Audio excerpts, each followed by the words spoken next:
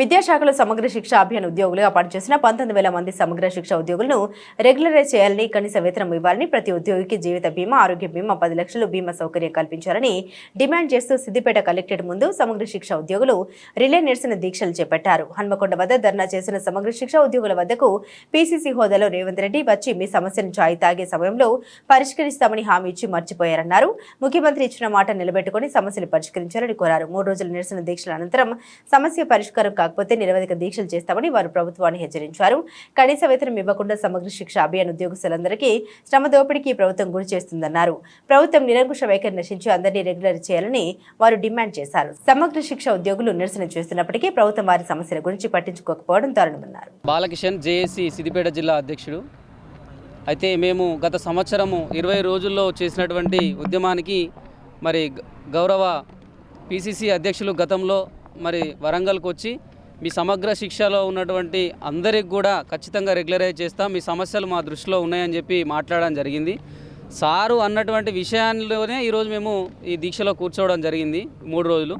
ఈ 3 రోజుల తర్వాత ప్రభుత్వం కనుక స్పందించకపోతే నిరవధిక సమ్మెకు కూడా మేము మరి దిగుతామని ప్రభుత్వాన్ని హెచ్చరిస్తున్నాం. ఈరోజు మా తెలంగాణ సమశిక్ష ఉద్యోగుల సంఘం రాష్ట్ర కమిటీ పిలుపు మేరకు 4 రోజుల రిలే నిరసన దీక్షలు చేపట్టడం జరిగింది.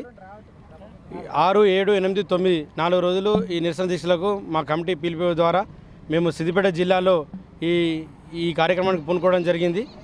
గత సంవత్సరం మేము సెప్టెంబర్ 4 నుంచి 21 రోజులు ఈ సమ్మెకు దిగడం జరిగింది.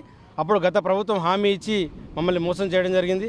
అయితే అప్పుడు ప్రస్తుతం ముఖ్యమంత్రి గారు రేవంత్ రెడ్డి గారు మా హన్మకొండ సభకు వచ్చి మాకు హామీ ఇవ్వడం జరిగింది. మిమ్మల్ని రెగ్యులర్ చేస్తాం, అదేవిధంగా మీ సమస్య చాలా చిన్నది, జటిలమైనది కాదు, మేము మా ప్రభుత్వం వచ్చిన వెంటనే 100 రోజుల్లో మిమ్మల్ని సచివాలయానికి పిలిపించి రెగ్యులర్ చేస్తాం, అదేవిధంగా వెంటనే పే స్కేల్ అమలు చేస్తామని హామీ ఇవ్వడం జరిగింది.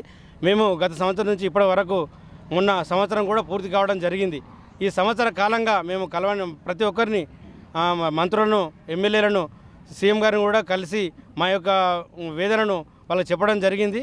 వాళ్ళు ఇంతవరకు మాకు ఎలాంటి రెస్పాండ్ కాలేదు.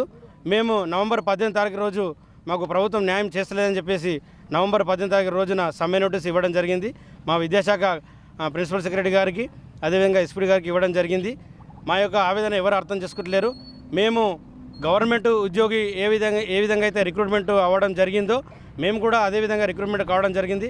పేపర్ నోటిఫికేషన్, రోస్టరు, రిజర్వేషను, తగిన క్వాలిఫికేషన్, ఇంటర్వ్యూ ఎగ్జామ్ ద్వారా మేము రావడం జరిగింది. మేము సమర శిక్షలో మా డిమాండ్స్ ఏవి అంటే మాకు ప్రతి ఒక్కరిని మా ఎస్ఎస్ఏ వాళ్ళలో వర్క్ చేస్తున్న ప్రతి ఒక్కరిని రెగ్యులరైజ్ చేయాలి.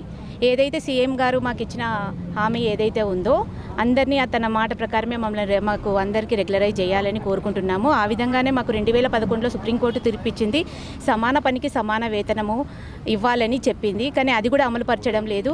మేము గొంతెమ్మ కోరికలు ఏం కోరట్లేదండి. మేము మా సమాన పనికి సమాన వేతనం అడుగుతున్నాము. ఏదైతే రేవంత్ రెడ్డి గారు మాకు ఏదైతే హామీ ఇచ్చారో దాన్నే మేము ఇవ్వమంటున్నాము. అలాగే మాకు ఉద్యోగులందరినీ రెగ్యులరైజ్ చేయాలి. నెక్స్ట్ ప్రతి ఉద్యోగికి జీవిత బీమా, 10 లక్షలు, ఆరోగ్య బీమా, 5 లక్షల సౌకర్యం కల్పించాలి.